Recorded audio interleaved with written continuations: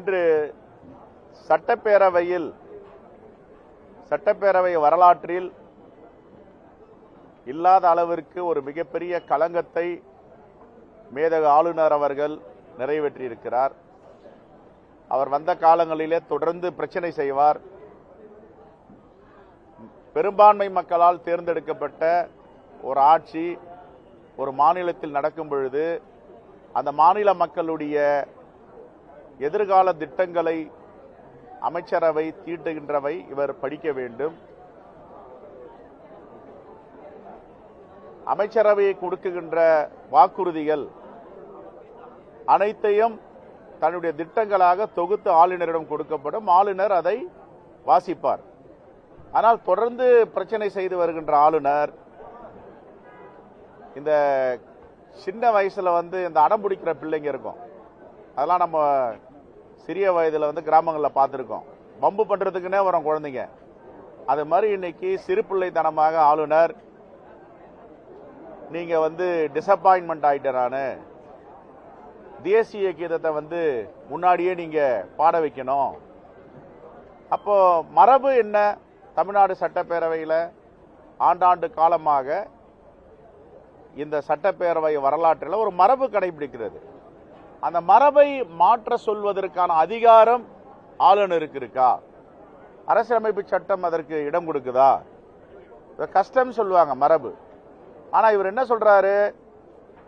தொடர்ந்து 2 முறை மாண்புமிகு பேரவை தலைவர் அவர்கள் இதெல்லாம் மரபு இல்லைங்க, தமிழ்த்தாய் வாழ்த்து பாடியிருக்காங்க, ஆளுநர் உரையை படிங்க, பிறகு நாட்டுப்பண் வாசிக்கப்படும் சொல்றாங்க, பாடப்படுன்றாங்க. ஆனா கேட்க மாட்டேன்றாரு. பிடிவாதம் பண்ணி எப்பவுமே சட்டப்பேரவையில் எப்படின்னா ஒருத்தர் பேசுறாங்கன்னா பேரவை தலைவர் மைக் எடுத்தாருன்னா ஆட்டோமேட்டிக்கா மைக் கட் ஆகும். ஆனா இந்த முறை அது கூட இல்லை. அவருடைய மைக்கெல்லாம் யாரும் அணைக்கல. அமைச்சரோட மைக்கெல்லாம் கூட ஆன்ல தான் இருக்கு. ஆனா என்ன பண்றாரு? அப்பட்டமான ஒரு பொய் சொல்லுகிறார். உண்மைக்கு புறம்பான செய்தியை பதிவு பண்ணுகிறார். இத வரலாற்று சிறப்பு மிக்க மாமன்றத்தில் மைக்கெல்லாம் அணைச்சிட்டாங்க, மைக் ஆஃப் பண்ணிட்டாங்கன்ற பொய் நாக்கூச்சம் இல்லாமல் பேசுகிறார். இதை வன்மையாக காங்கிரஸ் பேரியக்கம் கண்டிக்கிறது. இப்படிப்பட்ட ஒரு அநாகரிகமான ஆளுநரை தமிழ்நாடு சட்டப்பேரவை இதுவரை கண்டதில்லை என்பதை அவர் பதிவு செய்திருக்கிறார். அவர் தன்னை மாற்றிக்கொள்ள வேண்டும்.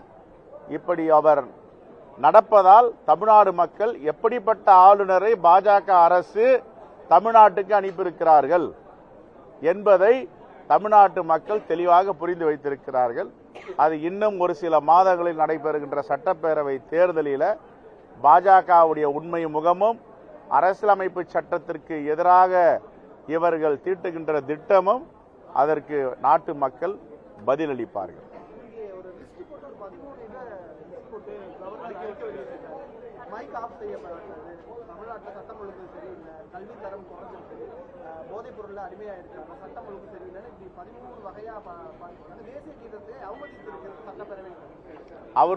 அவர் பிறந்து வளர்ந்த பீகார் மாநிலத்தில் சட்டம் ஒழுங்கு எப்படி இருக்கு? இப்ப போட்டு கொடுத்திருக்காருல பட்டியல். அவருடைய மாநிலம் பீகார்ல சட்டம் ஒழுங்கு எப்படி இருக்கு? பீகார்ல கல்வி அறிவு எத்தனை சதவிகிதம் எட்டி இருக்கிறார்கள்? சட்டம் ஒழுங்கு எத்தனை சதவிகிதம் இருக்கிறது?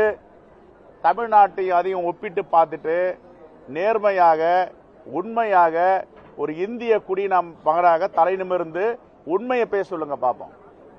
அவர் பிறந்த ஊர்ல இருக்கிற சட்டம் ஒழுங்கும் அவர் குடியேறி இருக்கின்ற தமிழ்நாட்டில் இருக்கின்ற சட்டம் ஒழுங்கும் அவர் மாநிலமான பீகாரில் உள்ள கல்வி திறனும் தமிழ்நாட்டுடைய கல்வி திறனும் எல்லாத்தையும் ஒப்பிட்டு பார்த்துட்டு உண்மையை பேசினார்னா அவர் ஒரு நல்ல ஆளுநர், படித்தவர் என்று சொல்லலாம். ஆனா இப்படிப்பட்ட ஒரு கீழ்த்தரமான ஒரு பிற்போக்குவாதியை தமிழ்நாடு முதலில் பார்த்திருக்கிறது.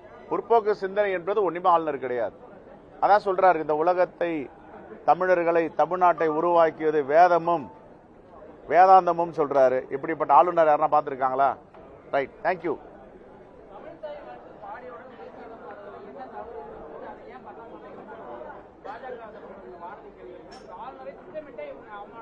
இப்ப அவன் இல்ல, வானதி சீனிவாசனும் ஆளுநருடைய கலாச்சாரத்தில் கலந்துட்டாங்க.